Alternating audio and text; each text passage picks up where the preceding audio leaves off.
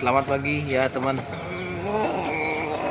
Jadi kemarin kan ada teman-teman kita yang menanyakan hasil bagaimana caranya membreeding supaya hasilnya bagus. Jadi sebenarnya setiap peternak pun pasti bagaimana caranya memperoleh atau mendapatkan hasil breedingan yang bagus itu tetap menjadi tantangan teman-teman. Nggak ada juga yang, setahu saya sih tidak ada yang pernah berhasil ya teman-teman. Artinya dicetak anaknya 100%, paceknya dicetak, maksud saya paceknya itu win-win, lalu dicetak dengan induk, anaknya pun semua akan win. Nggak seperti itu teman-teman. Cuman saya hanya mau menunjukkan ke teman-teman bahwa saya juga banyak mengalami, bisa dikatakan gagal lah dalam proses pembreedingan. Gagalnya kenapa? Gagalnya nggak seperti yang kita harapkan. Jadi ini contohnya teman-teman.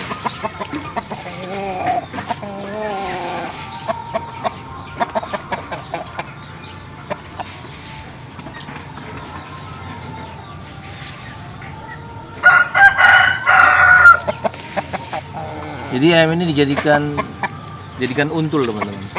Sebagai pelatih lah, sebagai pelatih.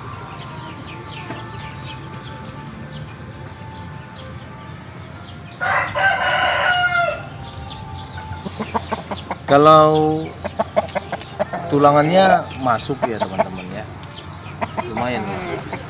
Kemarin saya gantikan bulu ya, karena sebelum ganti bulu kemarin saya jadikan pelatih dia.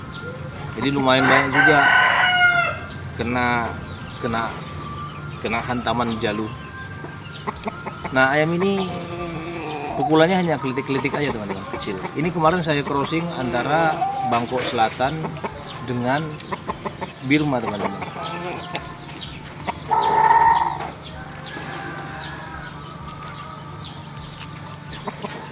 Ini kepalanya kepala model Bangkok Selatan, tapi ya saya hanya bisa mengomentari suatu hasil aja ya teman-teman. Atas komentar saya ini juga nggak bisa dijadikan itu landasan atau standar baku yang akan diikutin, nanti akan seperti itu, enggak. Jadi saya hanya berbagi pengalaman. Yang pertama, pola tarung teman-teman. Jadi Bangkok Selatan ini dulu pemaceknya ini modelnya namanya tikus tapi dia ada cabut dari sini, dia ada tembakannya teman-teman. Dia pokoknya seminya dia agak semi tikus tapi ada tembak, bukan model tikus Bangkok ya, bukan. Tapi arahnya semua kemari. Saya crossing dengan Birmanya modelnya mainnya hanya mundur teman-teman, tapi Birma masih agak semi jadul ya teman-teman. Dia mundur aja, tapi dia kalau diklep kepalanya lonceng, tarik, mundur. Tapi dia nggak aktif seperti Pama ya teman-teman ya. Beda. Kalau Pama kan modelnya lain lagi ya. Magon beda ya. Nanti ya ada video nanti mungkin akan saya coba sharing model-model tarung ayam antara Magon, Birma, Bangkok Selatan. Jadi saya hanya memberitahukan bahwa paling bagus itu kita kalau crossing itu satu arah saja teman-teman. Kalau model tarungnya memang model ayam fighter, ayam maju, ayam serbu, crossing dengan yang jenis yang sama teman-teman, sebaiknya sih. Nah, jadi pola tarung sebaiknya sama ya teman-teman. Teman-teman mau pakai Pakoi, Bangkok, Magon bahkan atau Panus, yang penting pola tarungnya sama teman-teman. Dia jenis ayam serbu, oke, bukan jenis ayam mundur-mundur. Jadi kalau jenisnya nanti model IQ atau mundur atau anti-lock, sebaiknya sama-sama. Anti-lock ya dengan anti-lock, atau anti-lock dengan IQ dengan Nexi, nah itu boleh. Jangan maju kita crossing dengan jenis yang mundur-mundur gitu, nanti jadi maju mundur nanti dia teman-teman. Oke, lalu yang kedua, perbandingan antara teknik tarung dengan berapa banyak dia rajin mukul. Maksudnya begini teman-teman, lebih banyak mainnya atau lebih banyak mukulnya teman-teman. Misalnya contohnya ayam tekniknya teman-teman ya, super ngalung atau super ngelok, dia lebih banyak tarungnya daripada dengan mukulnya teman-teman. Itu maksud saya. Jadi kalau kalau di sini ya istilahnya itu kayak misalnya ayam ayam main. Maksudnya ayam main tuh yang solahnya itu solah bongkar, nggak bongkar lalu ngalung. Pokoknya dia ngeloknya dalam lah, ngelok dari depan atau ngelok dari samping. Tapi lebih banyak seperti itu daripada mukul ya teman-teman. Nah teman-teman jangan pula gunakan crossing dengan betina yang sama. Nanti anaknya nari-nari terus kerja ya teman-teman. Saya pernah seperti itu, saya crossing super main. Jadi satu airan itu mukul cuma 2 kali atau 3 kali aja teman-teman. Ya, jadi ya nggak ada gunanya kan teman-teman ya. Nah, itu jadi maksud saya yang juga harus diperhatikan ya.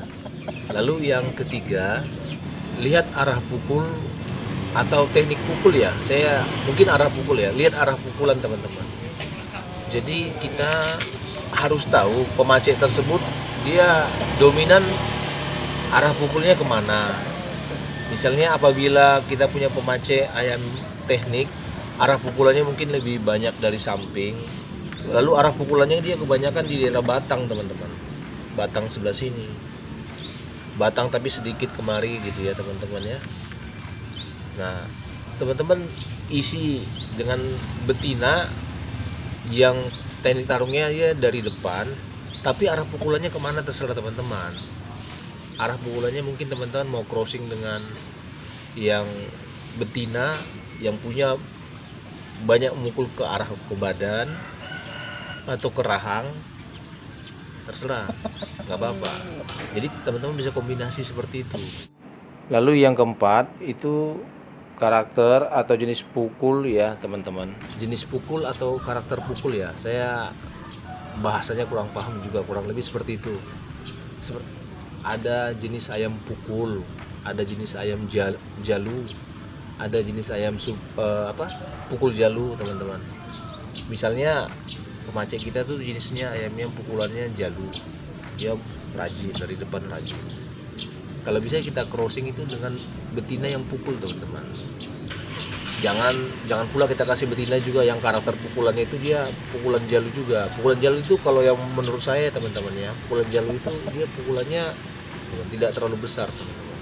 Jadi yang saya maksud tadi seperti itu. Jadi kalau pemacetnya ayam pukul bom, betinanya pun dikasih pukul bom, itu kayaknya kurang begitu baik ya. Sebaliknya juga kalau misalnya pemacetnya pukulnya jalu, kelitik-kelitik aja teman-teman, di crossing dengan betina juga yang sama pukulannya, itu nanti anaknya juga, karena kita juga butuh bobot ya, bobot pukulan. Jadi selain rajin dan terarah, dia juga perlu bobot pukulan teman-teman ya. Lalu yang kelima ya teman-teman itu adalah tulangan. Tulangan ini sangat berhubungan terhadap daya tahan. Kalau teman-teman lihat itu di kalangan ayam yang sampai win 9 kali atau ayam jawara apapun dia teman-teman, pasti dia punya daya tahan yang bagus. Jadi teman-teman harus menjaga tulangan. Nah yang saya maksud tuh begini teman-teman, kalau misalnya pemacetnya tersebut mungkin ya jenisnya itu adalah jenis bangko, tapi dia mainnya sudah bagus ya, sudah agak upgrade ya, pukulnya juga cepat, akurat dari samping atau ujung-ujung pukulannya. Lalu teman-teman crossing dengan betina pakoi. Nah teman-teman harus perhatikan tulangannya. Kalau seandainya pemacetnya tulangannya sedang-sedang saja, teman-teman crossing dengan betina pakoi juga tulangannya juga sedang, sebaiknya dipertimbangkan lagi teman-teman. Yang saya maksud itu tulangannya itu artinya intinya ketika kita mau crossing jangan lupa terhadap tulangan, intinya seperti itu ya. Jangan sampai kita crossing nanti ayam mainnya bagus, cepat, tekniknya bagus, rajin mukul, tapi dia kurang daya tahan ya, daya tahan yang kurang. Jadi maksud saya teman-teman perhatikan di situ. Oke. Lalu yang keenam menurut saya itu adalah pegangan teman-teman. Pegangan ayam tuh ya gimana ya, saya bilang teman-teman mungkin pernah dengar ya, pegangan botol, pegangan semi, agak pegangan kotak ya, pegangan semi kotak gitu. Lalu pegangan jantung pisang atau pegangan pegangan sampan ya. Nah kalau botol kan ini dasarnya botol teman-teman, dia enak, cuma dia agak kurus aja dia. Botol itu kan enak di tangannya. Nah jadi maksud saya begini, sesuaikan pola tarung tadi dengan pegangan. Jadi ketika memakai tersebut, saya terus terang lebih suka pegangan itu pegangan botol teman-teman ya. Ada mungkin yang lain dia suka pegangannya modelnya sampan kapal ya, sampan, itu nggak apa-apa.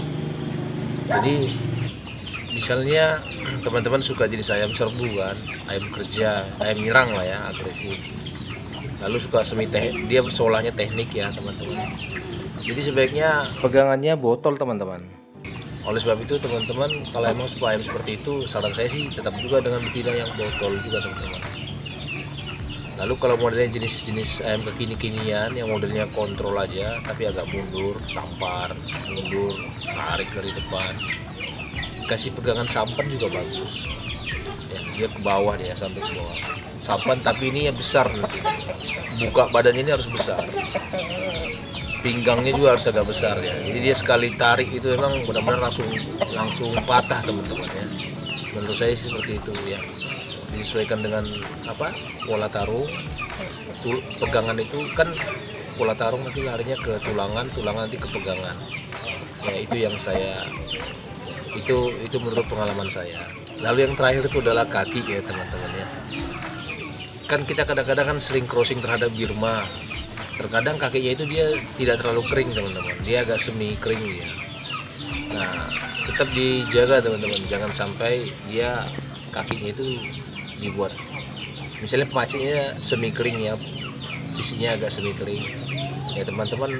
Kalau bisa usahakan crossing dengan kakinya yang kering teman-teman, yang jarinya agak merit kecil ya, udah gitu batang sisinya sisi kering ya supaya terjaga dia, jadi jangan basah teman-teman.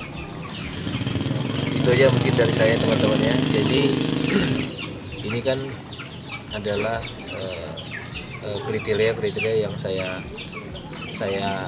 buat sebagai pertimbangan dalam melakukan pemberian ayam ya. Ini contohnya, ada banyak sih sebenarnya contohnya teman-teman ya, udah ada yang dipotong, tapi kalau ada teman-teman yang lain suka untuk jadi untulan ya pakai untulan. Jadi pengalaman saya itu sesuai dengan pertanyaan teman-teman. Ada salah satu teman kemarin ya, mungkin itulah yang saya jawab sedikit ya teman-teman. Jadi ini produk gagalnya ada, jadi produk gagal itu jadikan pembelajaran ya. Itu pengalaman saya, mungkin pengalaman teman-teman yang lain juga ada ya. Sekiranya ada pun koreksi atau komentar, monggo silahkan ditambah ya teman-teman ya di kolom komentar. Oke teman-teman, selamat pagi. Mungkin itu aja dari saya, sedikit sharing berbagi mengenai sekelumit masalah pembreedingan ayam yang saya alami, produk gagal yang saya telah yang banyak juga sih coba-coba ya. Ini contohnya produk gagal, dan itu tadi merupakan pengalaman atau sharing berbagi saya mengenai kriteria pemilihan atau yang harus saya seleksi dalam proses pembreedingan. Sampai jumpa ya teman-teman, terima kasih.